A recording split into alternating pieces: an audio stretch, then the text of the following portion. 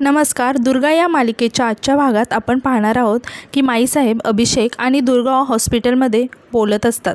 माईसाहेब दुर्गाला म्हणतात की आज आम्ही अभिषेकचं लग्न करणार होतो, पण आता दसऱ्याच्या आत तुम्ही आमच्या घराचं माप ओलांडून या. मोहिते यांच्या घरात आम्ही तुमचं स्वागत करतो दुर्गा. हे ऐकून अभिषेक खूप खुश होतो. माईसाहेब दुर्गाला म्हणतात की आम्हाला एक वचन द्याल का? तुमच्यामुळे आमच्या अभिषेकला कधीही काही दुःख सोसायला लागता कामा नये. द्या वचन, म्हणून त्या हात पुढे करतात. दुर्गा म्हणते की माईसाहेब मी वचन देते. अभिषेक खुश होऊन त्या दोघींकडे बघत असतो. माईसाहेब प्रेमाने दुर्गा आणि अभिषेकच्या डोक्यावरून हात फिरवतात आणि तिथून निघून जातात. अभिषेक दुर्गाला म्हणतो की माईसाहेब तयार कशा काय झाल्या? मग दुर्गा पण जरा टेन्शनमध्ये येऊन म्हणते की मला पण काहीच कळत नाही. आज अचानक आमच्या घरी आल्या, सगळ्यांनाच दडपण आलं आणि त्यांना बघून आणि डायरेक्ट लग्नासाठीच मागणी घातली आणि असंही म्हणाले की आमच्या लेकासाठी तुझ्यासमोर झुकायलाही तयार आहोत. अभिषेक पण आश्चर्याने म्हणतो की याआधी त्या असं कधीही वागल्या नाहीत, पण जाऊ दे, आपल्याला हवं होतं ते झालं आहे ना. पण दुर्गा टेन्शनमध्येच असते. मग अभिषेक दुर्गाला म्हणतो की काय झालं दुर्गा, तू खुश नाही आहे का? दुर्गा म्हणते की मला खरंच काही कळत नाही आहे. माझ्यासोबत पहिल्यांदाच असं घडतं आहे. मला जे हवं आहे ते मिळतं आहे, पण त्यासाठी खूप मोठी किंमत मोजावी लागते मला, आणि त्यात त्यांना असं दुखावून घरी येणं माझ्यासाठी खूप जड जाणार आहे. अभिषेक म्हणतो की दुर्गा, तू या सगळ्या गोष्टींचा नको विचार करूस. आपण आपल्या प्रेमासाठी लढलो आणि त्यात जिंकलोसुद्धा. माझ्यासाठी हेच सत्य आहे आणि आता मी कधीही तुझी साथ सोडणार नाही. तुळजाई मातेची शपथ. दुर्गा म्हणते की डोक्यात नुसता गोंधळ झाला आहे माझ्या. घरच्यांनाही कळवावं लागेल, त्यांना काहीच कल्पना नाही आहे इथे काय झालं त्याची. आणि ती अभिषेकला म्हणते की तू आता लवकर बरा हो. अभिषेक हसत म्हणतो की तू आता माझी काळजी नको करू, तू बघ आता कसा फटाफट बरा होतो. दुर्गा त्याला म्हणते की त्यासाठी हट्टीपणा सोडून औषध घे आता. जीव खालीवर झाला होता तुझी अवस्था बघून अशी. अभिषेक दुर्गाला म्हणतो की Durga I love you. Durga पण त्याला आय लव्ह यू टू म्हणते आणि येते म्हणून तिथून निघून जाते. तर दुसरीकडे आपण पाहतो की मोहिते पॅलेसवर घटस्थापनेची पूजा करत असतात. जग्गू मामा म्हणतो की एवढी वर्ष झाली, पण या घरात पहिल्यांदाच अशी ओकी घटस्थापनाची पूजा करतो. ईशा विचारते की म्हणजे? अवंतिका ईशाला सांगते की एवढा मोठा सण, पण आपल्या घरातला एकतरी पुरुष दिसतोय का पूजेला? म्हणजे दादासाहेबांची तब्येत ठीक नाही आहे. अभिषेक भाऊजी तिथे दवाखान्यात ॲडमिट आहेत. अमेय भाऊजी पण तिथे दवाखान्यात त्यांच्यासोबत, आणि आमचे हे बिझनेसच्या कामासाठी बाहेरगावी गेलेत. जग्गू मामा म्हणतो की माईसाहेबांचा तर काही पत्ताच नाही. घर कसं भरल्यासारखं पाहिजे. तितक्यात तिथे माईसाहेब येतात आणि म्हणतात की आलोय आम्ही. मग माईसाहेबांना बघून सगळेच उठून उभा राहतात. जग्गू मामा म्हणतो की तायडे, अगं कुठे होतीस तू? अमेय तर म्हणाला तुला निघून खूप वेळ झाला आहे. मग अवंतिका म्हणते की हो, आणि आम्ही पूजेसाठी पण थांबलो तुमच्यासाठी. सुमन माईसाहेबांना म्हणते की माईसाहेब थांबा, मी तुमच्यासाठी पाणी आणते. माईसाहेब म्हणतात की थांबा, आम्हाला तुमच्या सगळ्यांसोबत जरा महत्त्वाचं बोलायचं आहे, आणि विचारतात की दादासाहेब कुठे आहेत? जग्गू मामा सांगतो की त्यांची तब्येत ठीक नाही, आणि विचारतो की पण अभिषेक काय म्हणाला? तुम्हाला काहीतरी महत्त्वाचं सांगायचं आहे ना? माईसाहेब म्हणतात की सांगतो, आम्ही अभिषेकच्या भल्यासाठी एक निर्णय घेतला आहे, त्याच्या लग्नाबद्दल. जग्गू मामा हसत म्हणतो की आता यात काय नवीन आहे? हे तर सगळ्यांनाच माहिती आहे की सुमनचं अभिषेकसोबत लग्न होणार आहे म्हणून. माईसाहेब सुमनकडे बघून इमोशनल होत म्हणतात की सुमन, आम्ही तुमचे कायम लाड करत आलो आहोत. स्वप्न बघितली की तुम्ही या घरची सून बनून याल, पण हे स्वप्न आम्ही पूर्ण नाही करू शकत. हे ऐकून सगळेजण खूप शॉक होतात. जग्गू मामा रागाने म्हणतो की तायडे, ही काय चेष्टा आहे? मग माईसाहेब म्हणतात की आम्ही खूप विचार करून निर्णय घेतला आहे जग्गू. अभिषेक जर सुखरूप या घरात यायला हवे असतील तर त्यांचं लग्न दुर्गाशी करून द्यायलाच पाहिजे. अवंतिका आश्चर्याने म्हणते की अहो माईसाहेब, हे काय बोलताय तुम्ही? त्या दुर्गाला तुम्ही हाकलून लावलं होतं ना, मग आता हे काय नवीन? सुमन रडत म्हणते की आमचं काही चुकलं आहे का माईसाहेब? माईसाहेब तिला समजावत म्हणतात की नाही सुमन, तुमचं काहीही चुकलेलं नाही आहे, पण आम्हाला आमच्या काळजावर दगड ठेवून निर्णय घ्यावा लागतोय. तुम्ही तुमच्या आत्याला समजून द्याल ना सुमन? मग जग्गू मामा रागाने ओरडून म्हणतो की पण हे आम्हाला मान्य नाही आहे. काय समजता काय तुम्ही आम्हाला? तुमच्या हातचं खेळणं आहे का आम्ही? चावी दिली की पळाले, टपली दिली का थांबले, अजून अशा किती टपल्या देणार आहात आम्हाला? माईसाहेब म्हणतात की जग्गू, आम्ही तुझा राग समजू शकतो. जग्गू मामा ओरडून म्हणतो की नाही समजू शकत तुम्ही, ह्या बापाचं दुःख नाही समजू शकत, माझ्या पोरीच्या डोळ्यातलं अश्रू नाही समजू शकत तुम्ही. माईसाहेब म्हणतात की हे बघ जग्गू, जे घडलं ते आमच्या हातात नव्हतं, हा निर्णय आम्हाला द्यावा लागला आणि या विषयावर आपण नंतर बोलू. जग्गू मामा रागाने म्हणतो की मला काहीही बोलायचं आहे पण आणि ऐकायचं पण नाही आहे. आणि ते सुमनला म्हणतात की सुमन सामान बांधायला घे, निघूया आपण इथून, असं म्हणून ते तिथून जायला लागतात. माईसाहेब त्यांना थांबवत म्हणते की नाही जग्गू, तुम्ही कुठेही जायचं नाही आणि आमची शपथ आहे तुम्हाला. जग्गू मामा म्हणतात की जी माणसं स्वतःचा शब्द मोडीत काढत असतात त्यांच्या शब्दांना कवडीची पण किंमत नसते. आज तुम्ही माझा अपमान केलात, पण माझ्यासोबत माझ्या सुमनचा पण अपमान केलात आणि ते मला सहन नाही होणार. आणि रागाने म्हणतो की माईसाहेब, मोहिते आजपासून तुम्हाला तुमचं माहेर संपलं. हे ऐकून माईसाहेब आश्चर्याने म्हणतात की काय काय म्हणाला? जग्गू मामा रागाने म्हणतो की ज्या घरात एक बाई दुसऱ्या बाईचा असा अपमान करते त्या घरामध्ये माझी देवी कशी काय आनंदामध्ये राहू शकेल? असं म्हणून ते देवीजवळ जातात आणि म्हणतात की हे देवीचं टाक माझ्या घरातून आलं आहे ना, ते मी आत्ताच्या आत्ता घेऊन जातो आहे. मी मोहितेंच्या घरात देवी बसू देणार नाही, असं म्हणून ते देवीला उचलायला लागतात. माईसाहेब जग्गू मामाचा हात पकडून रागाने म्हणतात की मोहितेंच्या देवीचा अपमान आम्ही सहन नाही करणार जग्गू. जग्गू मामा पण रागाने म्हणतात की तायडे, हात सोड माझा, परिणाम वाईट होतील. माईसाहेब जग्गू मामाला म्हणतात की चल आमच्यासोबत, असं म्हणून त्या जग्गू मामाच्या हाताला पकडून त्यांना आतमध्ये घेऊन जातात. सुमन खूप रडत असते आणि ईशा तिला समजावत असते. तर दुसरीकडे आपण पाहतो की दुर्गा घरी येते. गौरी दुर्गाला बघून विचारते की ताई अगं कुठे गेली होतीस तू? दुर्गा काहीच न बोलता गौरीला मिठी मारून खूप रडायला लागते.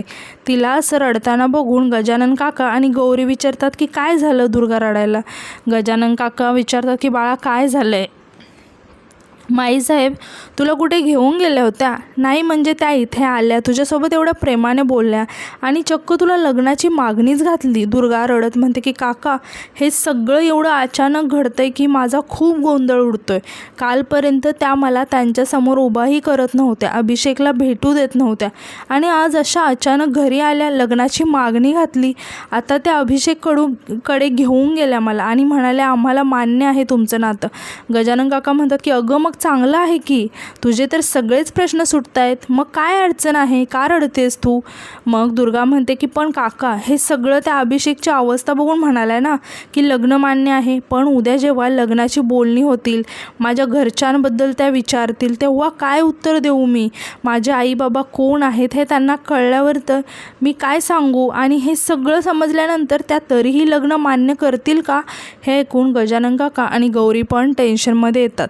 तर दुसरीकडे आपण पाहतो की अवंतिका कॉलवर तिच्या मम्मीसोबत बोलत असते. ती खूप खुश होऊन सांगत असते की अगं मम्मी, जग्गू मामा आणि माईसाहेबांचं खूप भांडण झालं, मला तर खूप मजा आली. आता अभिषेक भाऊजी आणि दुर्गाचं लग्न ठरलंच आहे. मग आता सुमन आणि जग्गू मामा काही इथे राहत नाहीत आणि अभिषेक भाऊजींना तर इथे कधीच राहायचं नव्हतं. मग आता राहिलं कोण? ईशा आणि अमेय भाऊजी, त्यांना तर मी लगेच उडवून लावेल, म्हणजे सगळं राज्य आपलंच.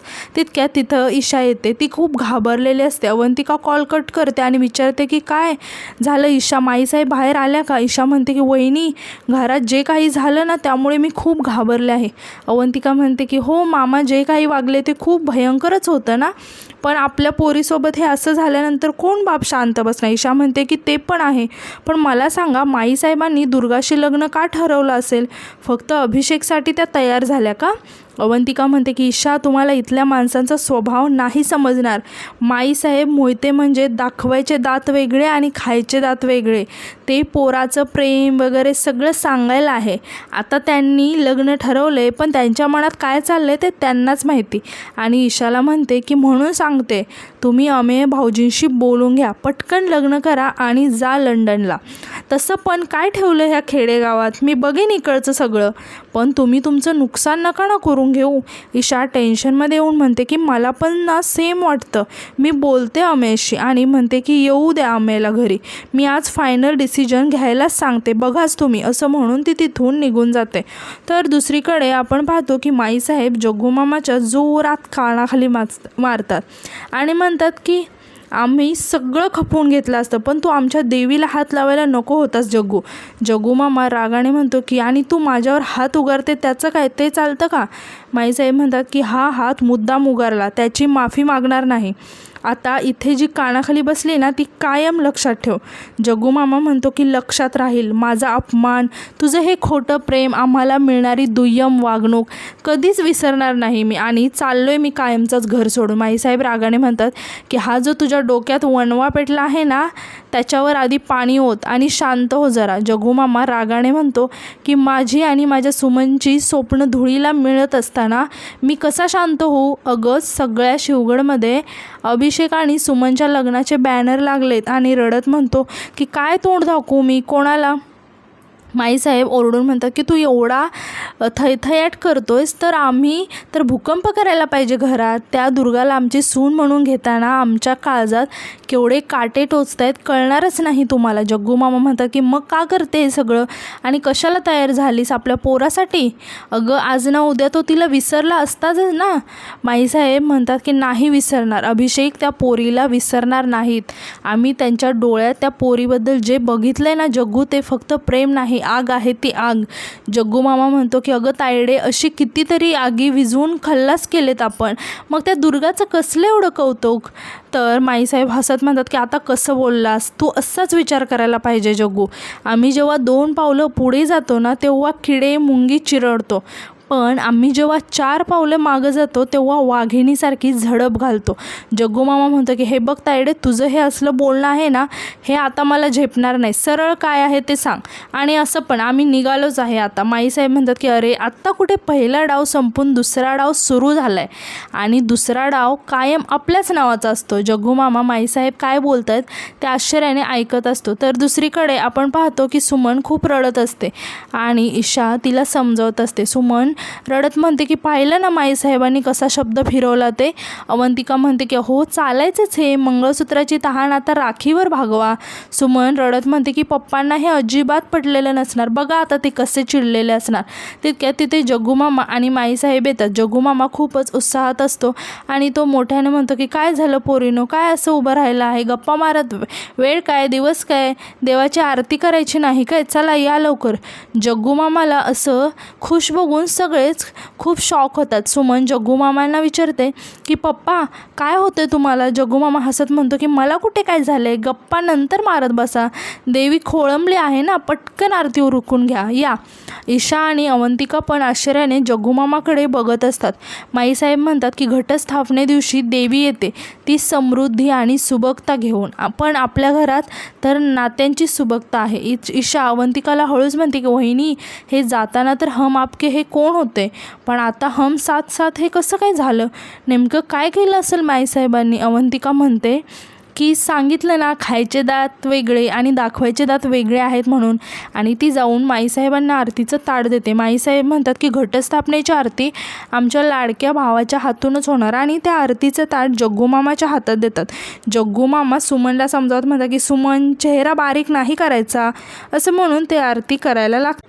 तर दुसरीकडे आपण पाहतो की अभिषेक दुर्गाला कॉल करतो आणि म्हणतो की दुर्गा, अभिषेक मोहिते काय म्हणताय? दुर्गा अभिषेकला म्हणते की काय आहे?